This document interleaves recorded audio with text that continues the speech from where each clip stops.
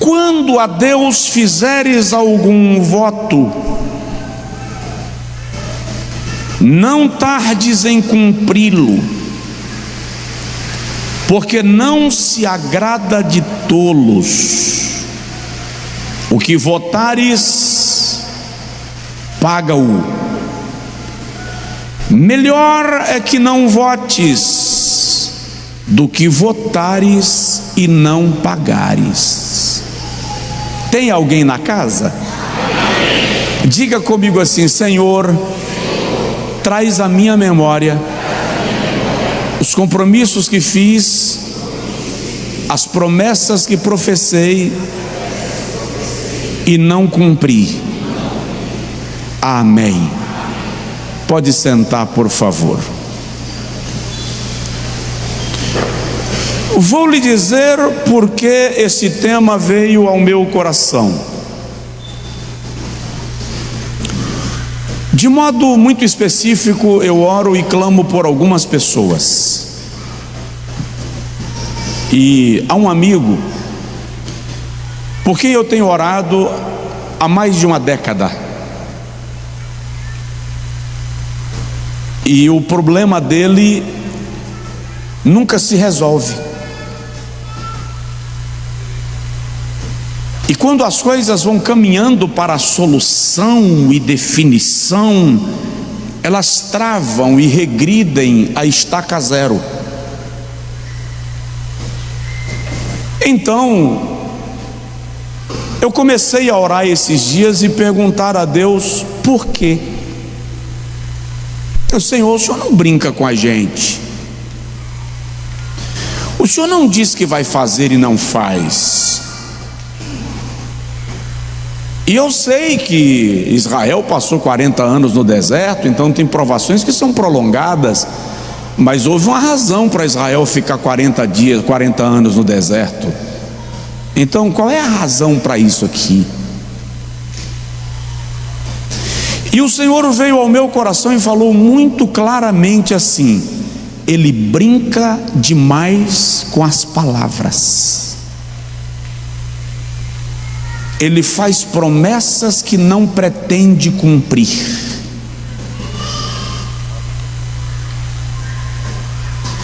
E cá no meu íntimo, o Senhor me trouxe aquele sentimento de você dizer que vai fazer algo no momento que de algum modo lhe favorece dizer, mas depois que aquele momento passa, você finge que não disse e continua levando a vida sem preocupação.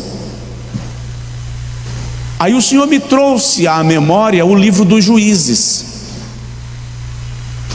Israel se afastava de Deus, as nações inimigas lhe subjugavam. Aí Israel se arrependia.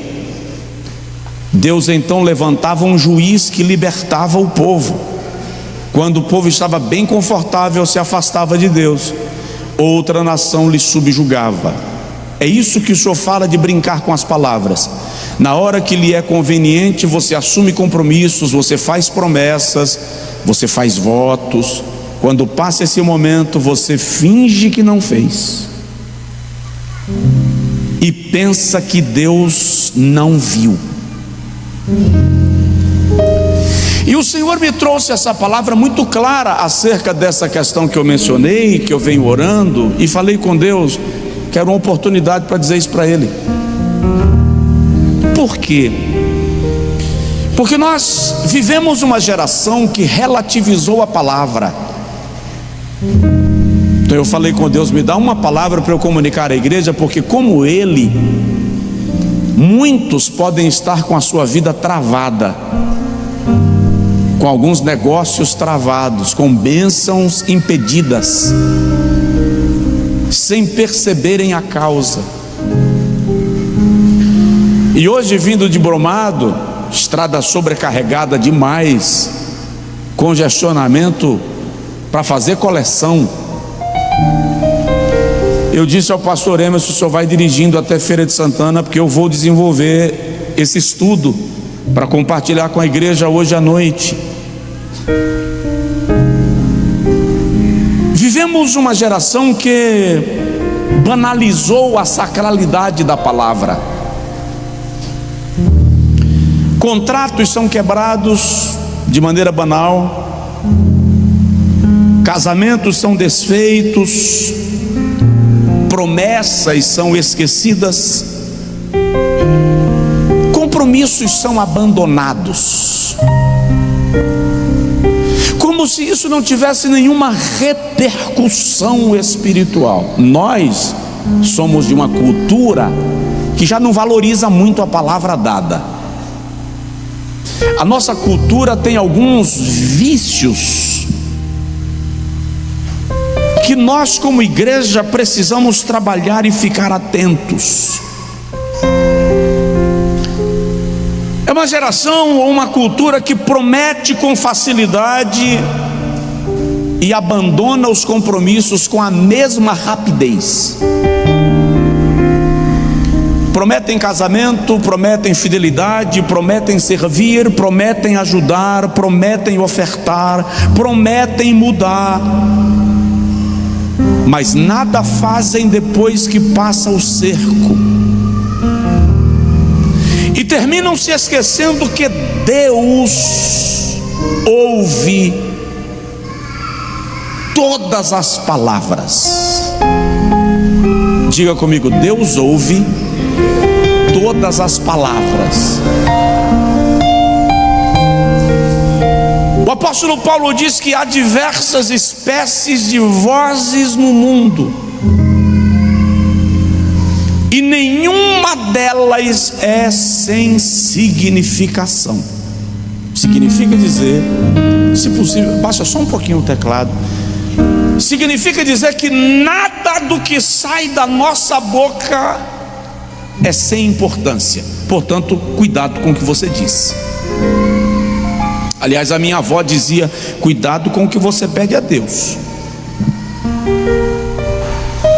porque biblicamente Deus não observa apenas os nossos atos, Ele também pesa as nossas palavras.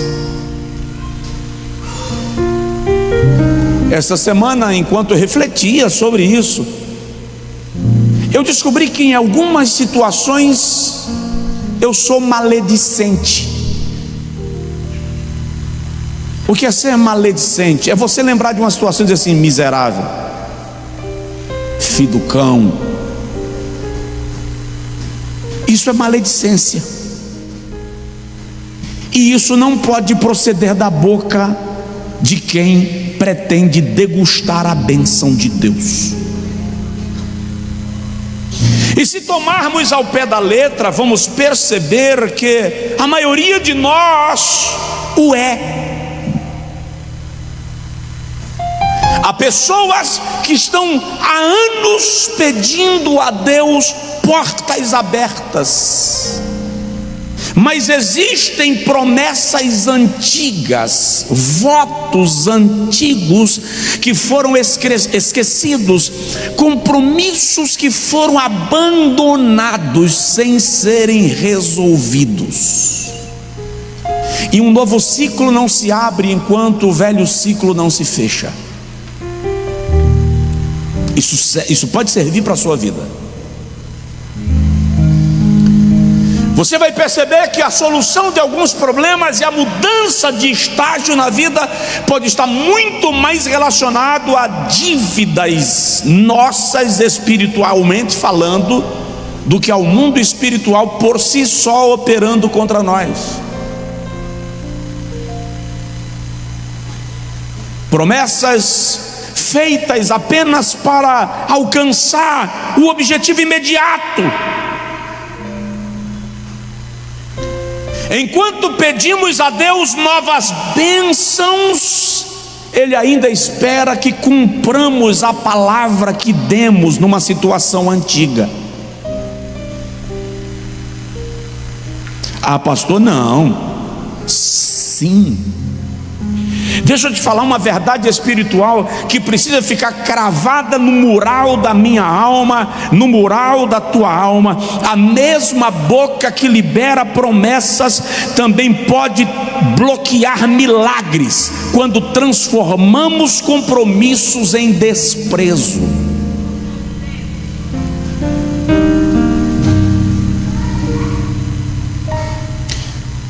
Se você observar bem, a Bíblia Sagrada nos revela um Deus que honra a sua palavra.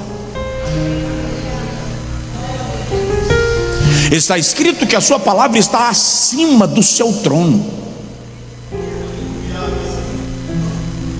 Ele diz a Jeremias: eu velo sobre a minha palavra para a fazer cumprir. Na Escritura Sagrada, um voto nunca é tratado por Deus como uma negociação. Voto na Escritura Sagrada não é barganha, é um compromisso solene, assumido diante de Deus. Eu vou voltar aqui para promessas, voto, mas antes de confundir peixes com feixes, antes de confundirmos peixes com feixes, vamos distinguir feixes de peixes. E eu queria lhe mostrar a distinção entre 5 palavras que parecem sinônimas na Bíblia e não são: aliança, concerto, voto, juramento e promessa. Diga comigo: aliança, concerto, voto, juramento, promessa. São palavras aparentemente sinônimas, mas elas têm características distintas. Por exemplo, o que é uma aliança? Beirit é o termo hebraico, traz a ideia de pacto, e ela está relacionada a um acordo firmado entre duas partes. É um vínculo profundo registrado nas Sagradas Escrituras. A Bíblia Sagrada diz que Deus é um Deus de alianças. A aliança não depende apenas de palavras, ela envolve um compromisso permanente. Antigo Testamento é uma antiga aliança, Novo Testamento é uma nova aliança, porque na aliança existem características muito exclusivas dela. Por exemplo, a aliança impõe responsabilidades, a aliança estabelece relacionamento, a aliança gera identidade e gera consequências. E aí, se a gente for para a Bíblia, nós vamos perceber que Deus fez uma aliança com Noé. Gênesis 9. Deus fez uma aliança com Abraão. Gênesis 15, 17. Deus fez uma aliança com Israel no Sinai. Deus fez uma aliança com Davi em 2 Samuel capítulo 7. E ele promete através de Jeremias no capítulo 31 que ele vai estabelecer uma nova aliança, em cuja aliança a sua lei estará escrita não em pedras, mas no coração daqueles que com ele forem aliançados. Esta aliança se cumpre em Cristo. O próprio Jesus diz: esta é a nova aliança no meu sangue. Deus é Deus de alianças e Deus não quebra o seu pacto. Então presta atenção, a nossa vida cristã começa numa aliança, a nossa fé está estabelecida numa aliança, a nossa proteção em Deus é garantida por esta aliança. O segundo vocábulo é concerto, e eu poderia colocar concerto junto com aliança, porque são sinônimos. A tradução da língua portuguesa, a tradução clássica da Bíblia, da língua portuguesa, é que usa mais o termo concerto do que aliança. Então, um concerto é uma aliança, é um pacto firmado, é um compromisso que é mantido entre duas partes, no nosso caso, entre nós e Deus. Diga comigo: eu tenho uma aliança. Diga comigo: eu sou comprometido. Terceiro vocábulo: voto. O que é um voto? A expressão revela um compromisso voluntário firmado com Deus. Presta atenção: ninguém é obrigado a votar, ninguém é obrigado a fazer um voto, mas depois de feito é obrigado a cumpri-lo. E quando Salomão diz: quando fizerdes a Deus um voto, não tardes em cumpri-lo, ele está dizendo assim: ó, não espere Deus fazer o que você pediu para cumprir o voto que você assumiu. Seja rápido, seja ágil,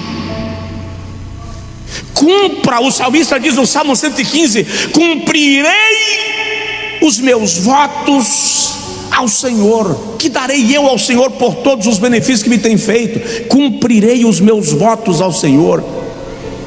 O voto é espontâneo, o voto é pessoal. Eu não posso fazer um voto e arrastar a minha mulher no meu voto. O voto é meu, ele é pessoal.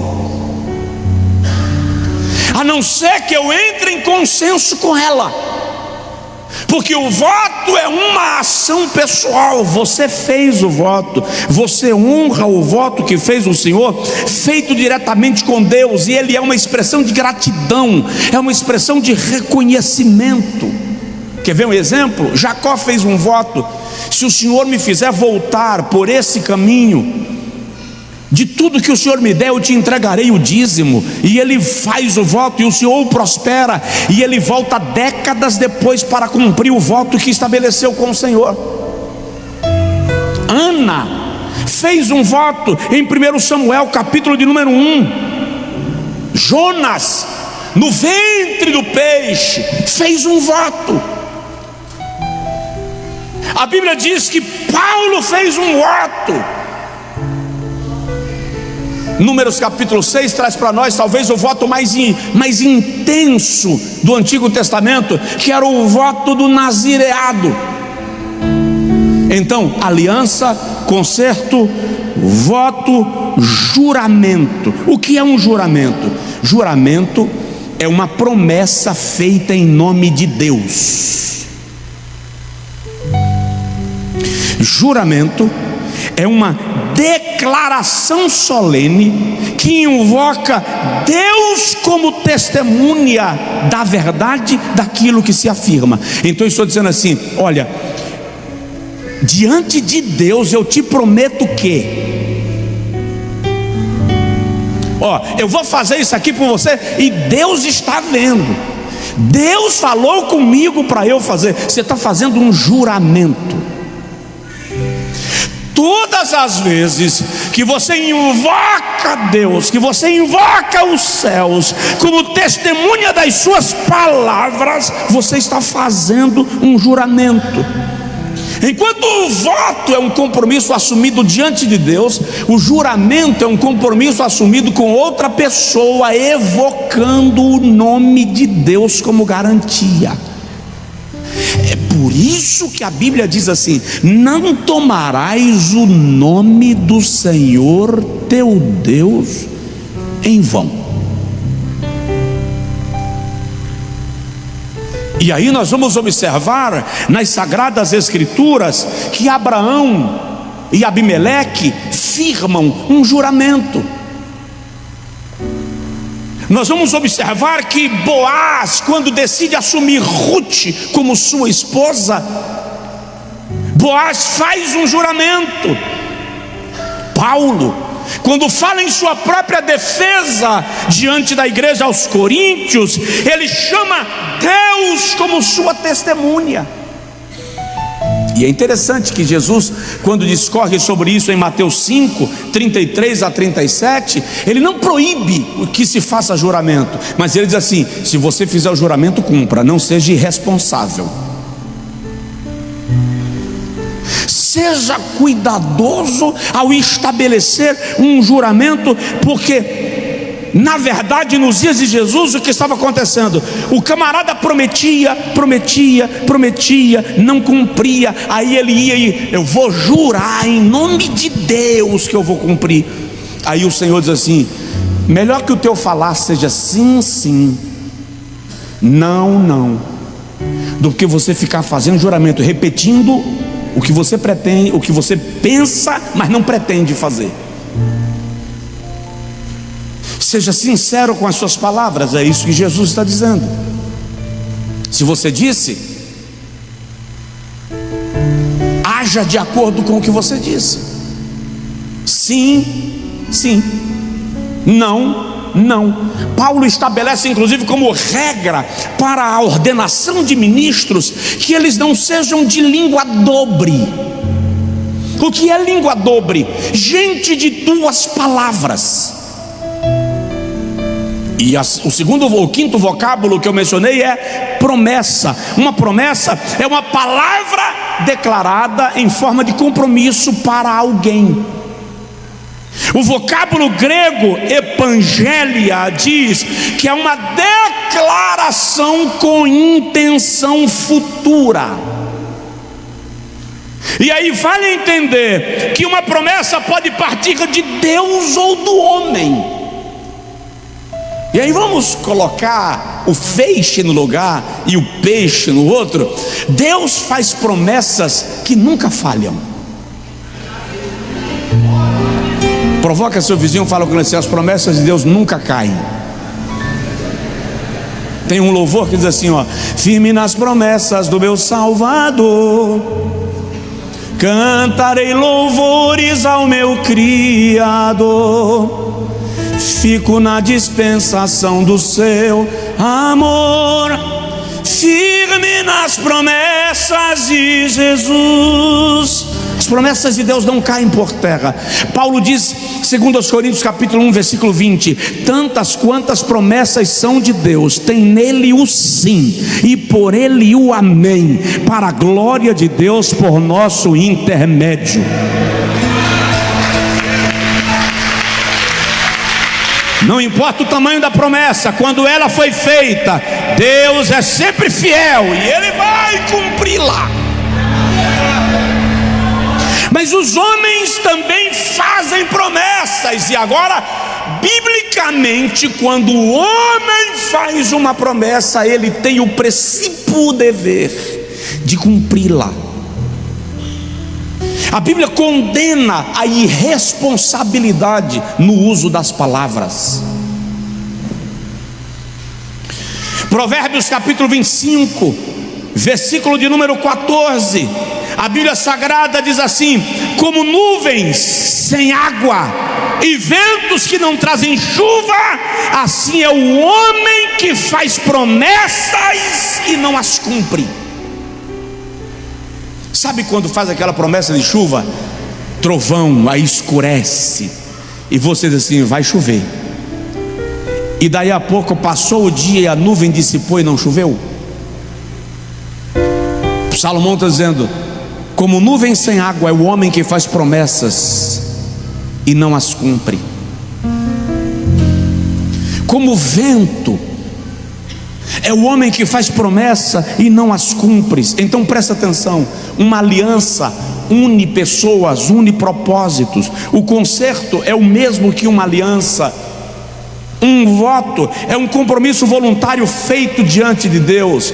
Um juramento é uma promessa que você faz evocando o nome de Deus como testemunha ou como respaldo. E uma promessa feita em nome de Deus, presta atenção, uma promessa comum feita em nome de Deus ganha peso de juramento. Promessas são tão importantes que há pais que perdem o crédito com os filhos, porque prometem e nunca cumprem. cônjuges que perdem o crédito com o cônjuge porque prometem e nunca realizam. Então, o céu está esperando você cumprir aquilo que a tua boca prometeu, para liberar sobre você aquilo que você está reclamando diante de Deus. Não peça novas bênçãos quando você tem palavras antigas esquecidas e precisando ser desvencilhadas ou cumpridas. Tem alguém aqui? Não? Não brinque com as palavras. Vamos compreender para que eu possa avançar um pouco mais. Veja que algo extraordinário da fidelidade de Deus. Ele faz aliança, confirma conjuramento, faz promessas e as cumpre. Tendo isso em vista, é natural entender que Deus espera que nós, que somos os seus filhos e suas filhas, vivamos o reflexo do seu caráter na nossa vida e no dia a dia, porque a fidelidade não é apenas uma virtude humana, é um atributo que comunica a natureza de Deus em nós. Você consegue lembrar de repente de algo que você está clamando a Deus e que não aconteceu ainda? Consegue lembrar de algum voto que você fez, uma promessa que você fez? Você disse para alguém que iria honrar, você disse para alguém que iria recompensar, você disse para alguém que ia mandar um recurso. Esses dias eu cheguei no estacionamento, deixei meu carro, fui para a clínica, fiz a consulta, saí da consulta. Quando fui pagar, o camarada disse assim: não recebemos Pix. Falei: não tenho dinheiro. O que faz? Ele disse: só recebe dinheiro. Disse: bom, só tem uma saída. Tu vai me deixar ir para casa, eu vou almoçar, quando eu voltar para o escritório eu passo aqui e te pago. Ele disse: pode ir. Mas era um dinheiro pequeno, R$10. Vou dar uma de esquecido? Não, você disse que voltaria. Fiz a volta no Globo, passei lá no estacionamento com os R$10 e paguei. Quando eu entreguei o dinheiro, ele riu e disse assim: eu sabia que isso ia voltar. Então presta atenção. Você pode estar reclamando em Deus algo que está comprometido por causa de uma palavra simples que você deu, mas fez questão de esquecer. E eu preciso te dizer, quando um cristão honra a sua palavra, ele está refletindo o caráter de Deus. Mas quando ele despreza os seus compromissos, está distorcendo o seu testemunho. Houve uma época que o camarada comprava uma boiada com o fio do cabelo do bigode. Isso não é historinha não. Mas o mercado evoluiu, surgiu a moeda, veio o cheque. Então paga com cheque. E aí os bancos trouxeram os cheques especiais. Bank de Boston lançou, eu lembro ainda de ter visto uma certa feita um talão do Bank de Boston, um talão preto. Gente, aquilo não era um talão, aquilo era um caderno. Quem tinha aquele troço na mão era considerado prateleira de cima. Banco do Brasil trouxe o cheque ouro, Caixa Econômica trouxe o cheque azul, o Itaú trouxe o cheque 5 estrelas. Mas começaram a deixar o cheque devolver. Cheque perdeu o valor, ninguém quer mais. Cartão de crédito. Mas é incrível que começaram a clonar cartão de crédito. Então vem o Pix. Em outros países o nome é outro, mas o mecanismo de pagamento é o mesmo. Mas aí começaram a surgir já os links de golpes, e a palavra vai perdendo o seu valor, vai perdendo a sua importância. E aí eu tenho que te lembrar, presta atenção num detalhe extraordinário: Satanás é conhecido como o pai da mentira, e Deus é revelado na Bíblia como o Deus da verdade. Então, quando eu ajo de má fé, eu estou refletindo a natureza de quem?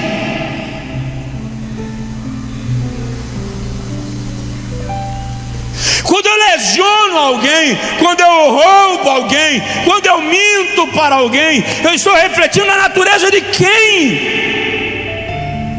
E quando eu honro os compromissos, quando eu cumpro a palavra dada, com quem eu me pareço? Vou dizer e tu vais dar glória. Todas as vezes que um crente, que um filho de Deus honra a sua palavra, ele está refletindo o caráter e a natureza do Pai. Claro, eu vou ter que fazer uma pergunta chata para valer: de quem você é filho?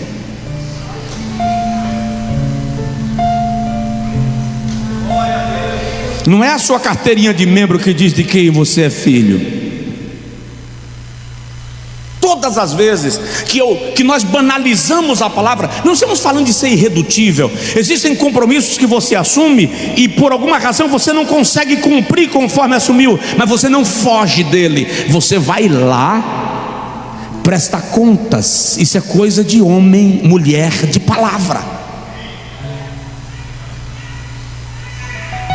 Mas quando eu banalizo a palavra, eu estou de algum modo me afastando do padrão de Deus.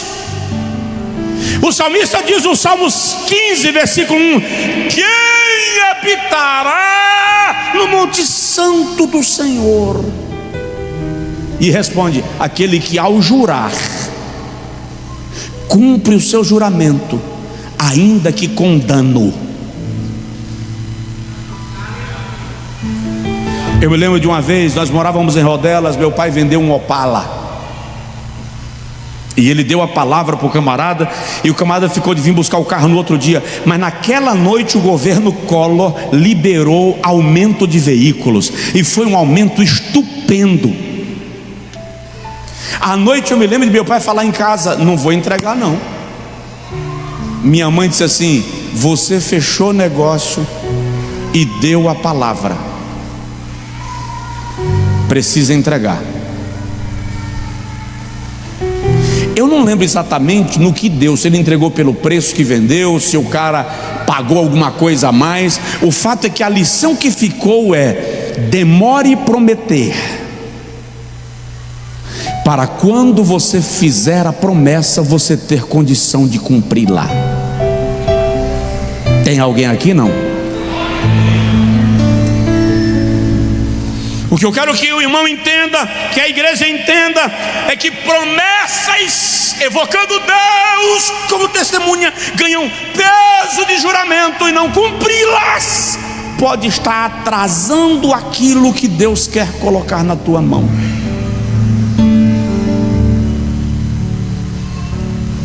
Quando tudo vai dar certo, desanda.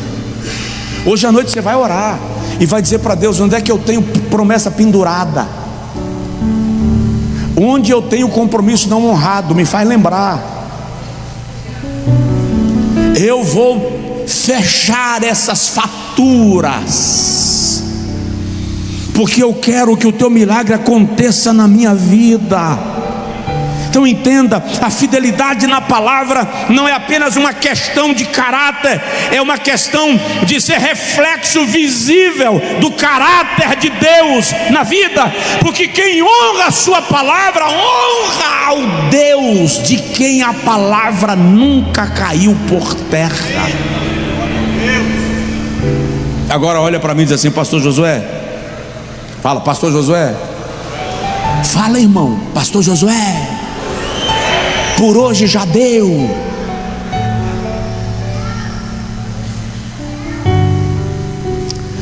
Dito isto,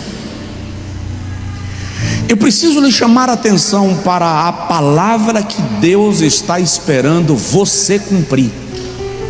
Estou falando só do voto que você fez a Deus, não. Estou falando da palavra que você deu para sua mulher, da palavra que você deu para o seu filho, da palavra que você deu para o seu sócio, daquela palavra que você deu para o seu antigo sócio, nem é sócio mais, mas não foi cumprida e não foi resolvida.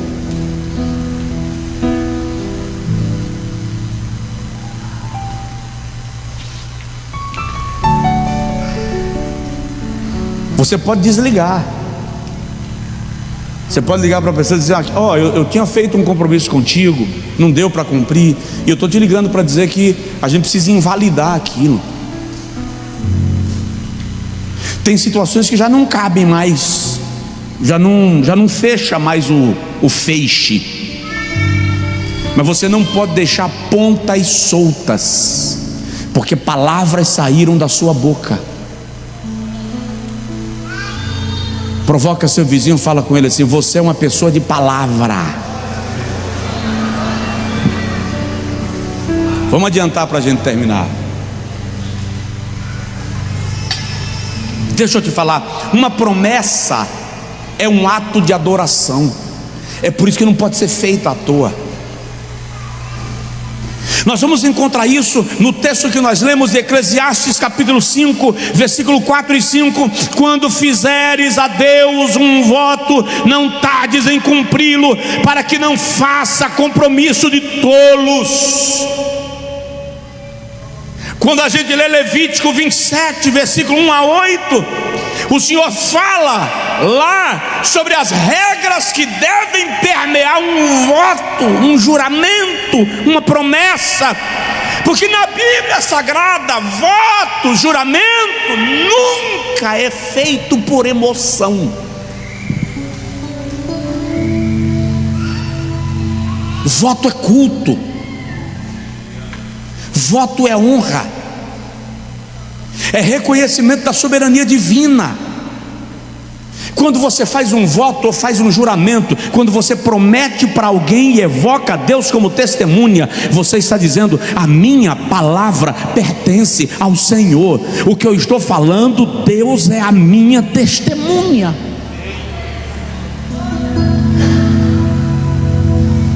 E aí eu me lembro do que o Senhor disse a mim acerca da situação que eu compartilhei no início. Ele brinca muito com as palavras. Você vai gerando frustrações dos outros, porque você aprendeu a prometer por conveniência, e só cumpre quando é adequado para você. Então entenda uma coisa: o voto, o juramento não muda Deus, mas muda quem o fez. Ele estabelece um compromisso. O voto, o juramento te coloca debaixo de uma responsabilidade espiritual. Então presta atenção: Deus não condena o voto ou o juramento, nem obriga a fazer, mas repreende a irresponsabilidade. O que eu estou dizendo para você hoje à noite, e é do céu, vai destravar a vida de algumas pessoas aqui. Você promete muito, planeja muito, fala demais, vai fazer, e você não anda, porque para você as palavras são apenas expressões de massagem imediata. O problema é que quando você fala, há diversas espécies de vozes no mundo, e nenhuma delas é sem significação. Então deixa eu te dizer uma segunda verdade poderosa, além das que já te disse. Deus leva a sério as tuas palavras, mais do que você imagina. Deus leva a sério as tuas palavras mais do que você imagina. A Bíblia Sagrada nos ensina, olha o que Salomão diz: é melhor não votar, é melhor não fazer o juramento do que fazê-lo e não cumprir. Por que isso? Porque Deus registra tudo aquilo com o que você se compromete. Estou falando só de oferta, dízimo, não. Estou falando de sua vida como um todo. Na verdade, sua vida é uma oferta. Nossa vida é um culto. E nós precisamos desenvolver a prática de honrar. Davi diz: o coração, a boca fala daquilo que o coração está cheio. Jesus declara que de toda palavra frívola darão conta os homens a Deus. Aí o camarada fala e fala bestajada, depois assim: ah não, mas eu falei brincando. Não cresce? É porque eu estava nervoso. Bebeu cachaça vencida?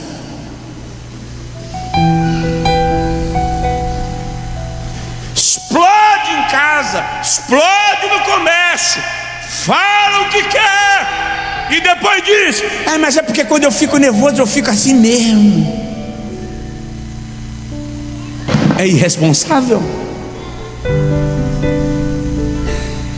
Está parecendo um culto de terça, não está? Fala a verdade. É porque eu quero que você comece a segunda-feira de outro jeito. Essa semana vai ser diferente na nossa vida, em nome de Jesus. Entenda uma coisa: a Bíblia atribui tanto poder às palavras, que em Mateus capítulo 12, versículo 33 a 37 diz que pelas tuas palavras tu serás julgado no tribunal de Deus.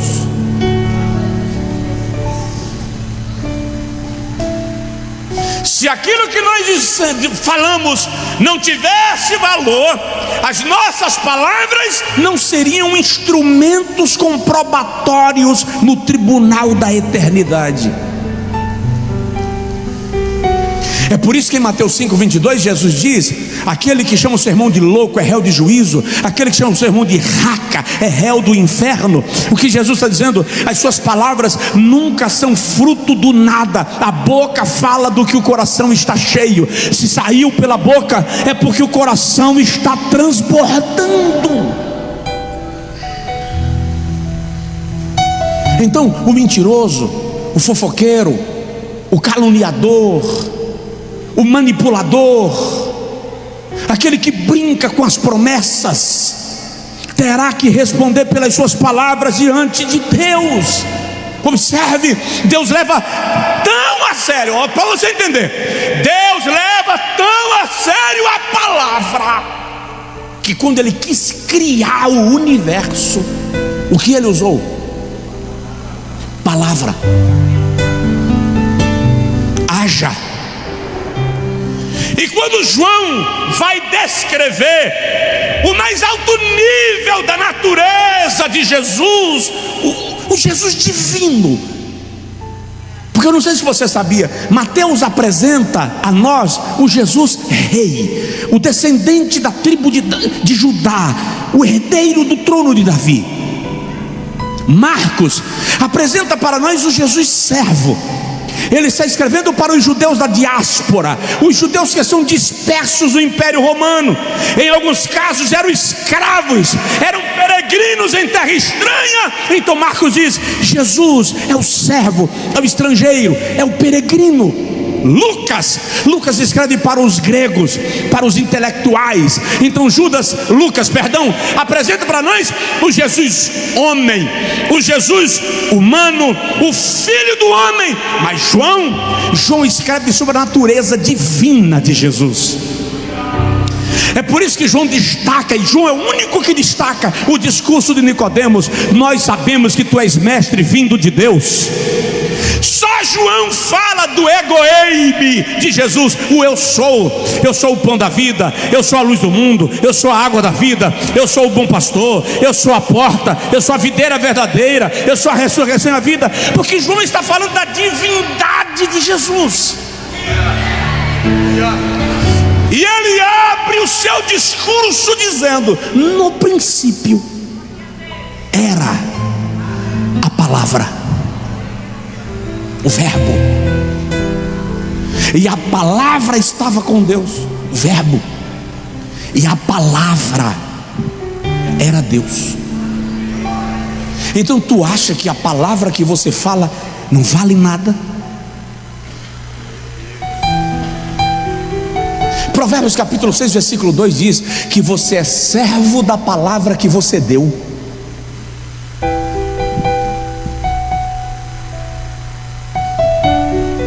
Então eu repito, às vezes você está pedindo a Deus portas novas, e Deus está esperando que você conclua aquelas que você não resolveu.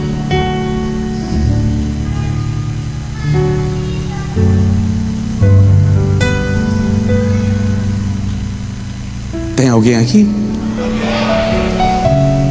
Entenda isso. Muitos acreditam que Deus esquece as promessas feitas em momentos difíceis. Muitos acreditam que Deus não viu quando você fez aquela mentirinha do tamanho de Feira de Santana. Entretanto, Deus continua esperando a nossa fidelidade. Deus continua esperando a nossa seriedade, porque a palavra dada torna-se um testemunho diante do céu.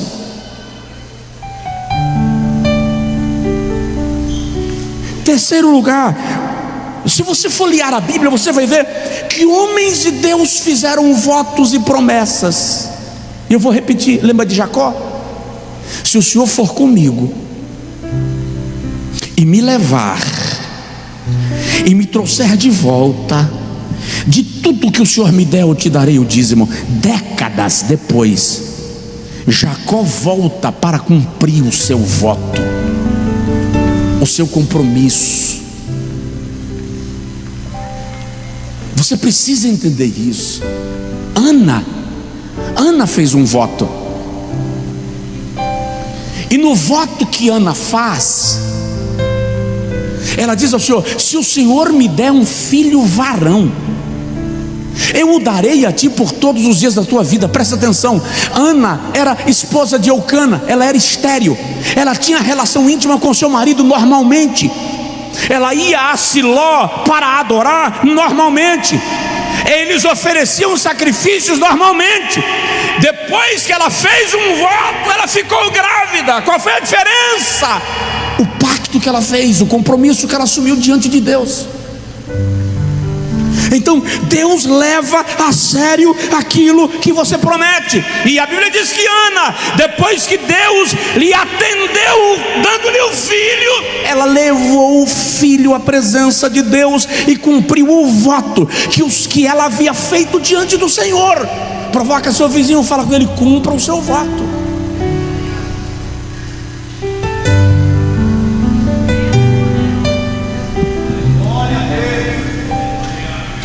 Cumpra o seu voto.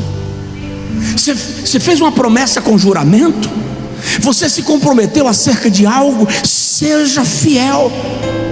Jonas fez um voto no ventre do peixe. Israel foi chamado a cumprir os seus votos e promessas diante de Deus. Leve a sério a promessa feita ao menos nobre dos homens, porque Deus viu. Vamos terminar? Olha o Salmo 15: quem habitará no teu santo templo? Aquele que jura com o próprio dano e não muda, ou seja, mesmo sabendo que vai sofrer prejuízo, que cumprir o voto é pesado, que cumprir o que prometeu é pesado, vai cumprir, porque entende que a palavra dada vai ser honrada diante de Deus. Eu quero te declarar nesta noite que cumprir os teus juramentos desbloqueia bênçãos. Cumprir os teus compromissos abre portas para a sua vida, revela maturidade, revela caráter espiritual, revela natureza divina, revela integridade. Quando Deus encontra alguém fiel nas pequenas coisas, Ele coloca coisas grandes na mão desse alguém. Lembra de Davi? Quando Samuel está na casa de Jessé para ungir um rei, passam os 7 filhos de Jessé na frente de Samuel, e o Senhor diz a Samuel: sobre os 7, não é este, também não é este. Quando manda chamar Davi, e Davi chega na porta, a Bíblia diz assim: era varão de guerra, de gentil aspecto, sisudo em palavras, e o Senhor era com ele. Aí Deus diz ao profeta: este é o homem. Deus torna Davi rei de Israel, entre outras razões porque ele era sisudo em palavras. Gente que fala pouco, que não fica tagarelando, que tem propósito no que diz, que é firme no seu propósito de vida. E eu quero nesta noite declarar, em nome de Jesus, Deus vai destravar a vida do seu povo. O reino de Deus funciona sobre alianças, promessas feitas, tomando Deus como testemunha, tem peso de juramento. Então não rompa, porque quem rompe a aliança perde autoridade espiritual. Levanta a sua mão assim comigo e diga comigo: Senhor, traz à minha memória toda pendência que eu tenho em palavras, e me ensina a colocar em dia, porque a partir de hoje eu vou beber o mel da rocha, em nome de Jesus.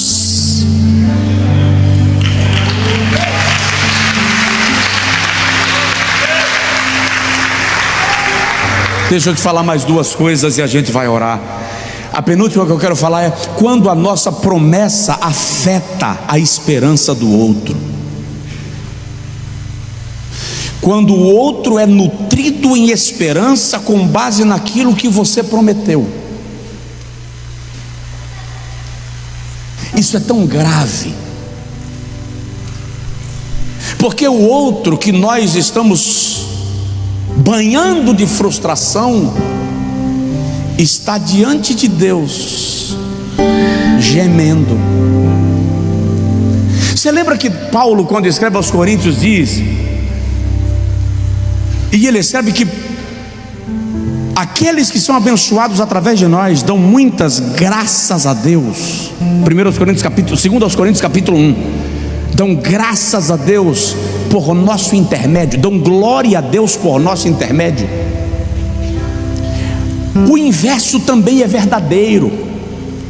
Aquela pessoa que está gemendo diante de Deus porque criou uma expectativa e você é o instrumento de sua frustração, o gemido dela também está chegando diante de Deus. E aí nós precisamos entender que toda promessa, tomando Deus por testemunha, ganha a formalidade de um voto, envolve responsabilidade moral e responsabilidade espiritual. Prometeu ajudar? Ajude. Prometeu dar emprego? Dê emprego. Prometeu cuidar? Cuide. Não prometa e desapareça. Provoca o seu irmão do lado e fala assim: porque Deus viu. Deus viu. E aí eu concluo dizendo ao irmão que quando alguém brinca com a esperança alheia, pode ferir profundamente o seu irmão. E a Escritura afirma que toda a bênção de Deus será derramada sobre nós por causa da promessa de Deus feita a nós. Mas quando nós temos o hábito de brincar com promessas, a autoridade moral enfraquece.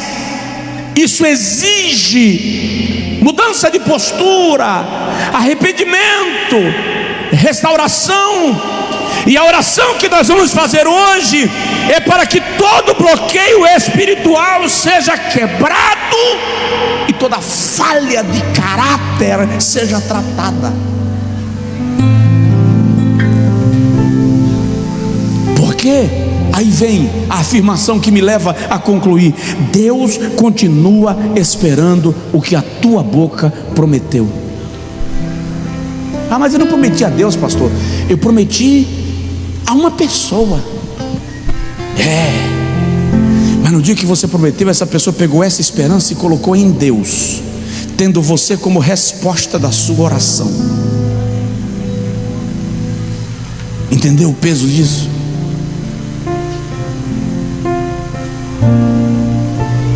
O seu compromisso foi automaticamente levado para Deus. Me lembrei agora, já contei para os irmãos, do dia que eu entrei na farmácia, meia-noite, vim do hospital, passei mal, fui numa consulta, o médico passou um remédio e tal, entrei na farmácia, comprei o remédio, paguei com dinheiro e recebi troco. Quando eu fui saindo na porta da farmácia, quase 1 da manhã, uma senhora sentada na calçada com um recém-nascido no colo, e ela disse: me ajude a comprar o leite do meu filho. E eu disse para ela: não tenho. Eu paguei o meu remédio com dinheiro e recebi troco. Eu tinha ou não? Entrei no carro, passei o cinto de segurança, funcionei o carro, coloquei a ré. Quando eu ia saindo, a voz aqui da consciência disse assim: mão de vaca, mesquinho, miserável, você disse que não tem, você tem, caba ruim. 1 da manhã, uma mulher com recém-nascido no colo, você com dinheiro no bolso para ajudar a comprar o leite, disse que não tem. Desliguei o carro, desci, cheguei perto dela e perguntei: qual é o leite que a sua criança toma? Ela não acreditou. Não, o olhar dela foi de descrédito. Aí ela me disse o leite. Eu fui lá na farmácia, peguei na prateleira, cheguei na porta da farmácia e falei assim: é esse aqui? Ela disse: é sim, senhor. O olhar brilhou. Fui no atendimento, paguei com o troco e ainda recebi troco. Eu tinha ou não? Quando eu dei o leite para ela, as gotas de lágrima caíram automáticas. Ela caiu assim, 4 gotas de lágrimas, uma atrás da outra. E ela disse: graças a Deus, vou dar comida para o meu bebê. Ela desapareceu na sombra da calçada. Eu entrei no carro, funcionei o carro, coloquei a ré. Quando eu for saindo, agora eu sei que foi Deus que falou comigo. E ele disse assim: quando você diz que não tem, tendo, você invoca sobre si o não ter. Quando você diz que não tem, tendo, você invoca sobre si o não ter. Mas eu te pergunto, eu disse não tenho para quem? Para Deus ou para uma mulher?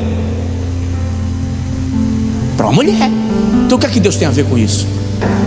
O que Deus tem a ver é o gemido que ela estava na calçada pedindo a Deus que mandasse socorro para o seu bebê. Então deixou de ser um problema da mulher, passou a ser uma questão de Deus. E é muito provável que Deus me fez ir ao hospital naquela noite, não por minha causa, só por causa do gemido daquela mãe. Então, no momento que eu ignoro o gemido dela, eu deixei, o meu problema deixou de ser com ela e passou a ser com Deus, que está contemplando a necessidade dela e já chamou para si a ação de provisão em seu favor. Então, Deus continua esperando o que a sua boca prometeu. Talvez Deus não esteja esperando um novo sacrifício, talvez Deus não esteja esperando um novo voto, talvez Deus não esteja esperando uma nova postura, talvez Ele esteja esperando apenas que você conclua o compromisso que você deixou de mão.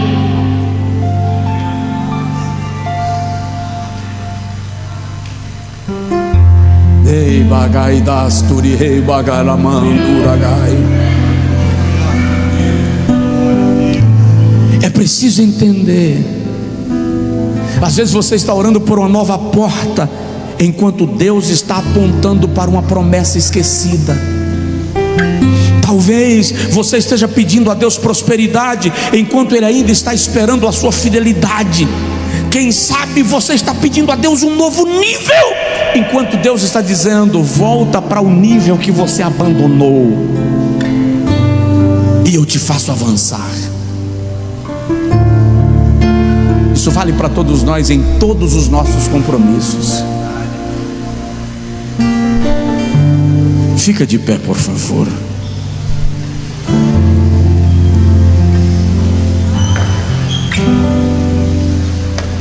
Olha para mim.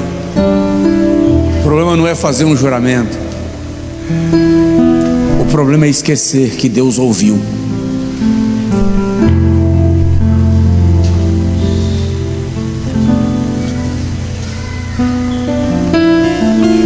Nós esquecemos, as circunstâncias mudam, mas Deus não muda. Deus permanece. Ele continua sendo testemunha da palavra que saiu da nossa boca. A fidelidade não compra a graça de Deus, mas a fidelidade nos assemelha a Ele. A fidelidade demonstra um coração com um propósito nobre. Então eu quero orar com você, e eu quero convidar à frente, não todo mundo, eu quero convidar à frente dois tipos de pessoas. Aqueles que sabem que têm compromissos que não foram cumpridos e gostariam de resolver isso diante de Deus. Tem coisas que você nem consegue mais resolver, já virou o ciclo. Então você precisa colocar isso diante do Senhor e destravar isso diante de Deus. E eu quero chamar o segundo tipo de pessoas, aqueles que vão avançando a todo vapor, e quando as coisas vão ganhar desfecho, elas desencadeiam como caixa de tomate, desmancham e você volta para estaca zero. Sai do seu lugar em nome de Jesus e vem aqui que eu quero orar com você. Coloque a sua palavra no altar de Deus. Coloque o seu compromisso no altar de Deus.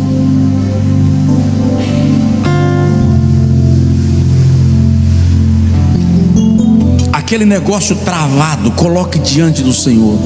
E o voto que você fez acerca desse assunto que está travado, cumpra. Cumpra logo. Não tardes em cumpri-lo. Há portas que não se abrem com novas promessas, se abrem com o cumprimento das antigas.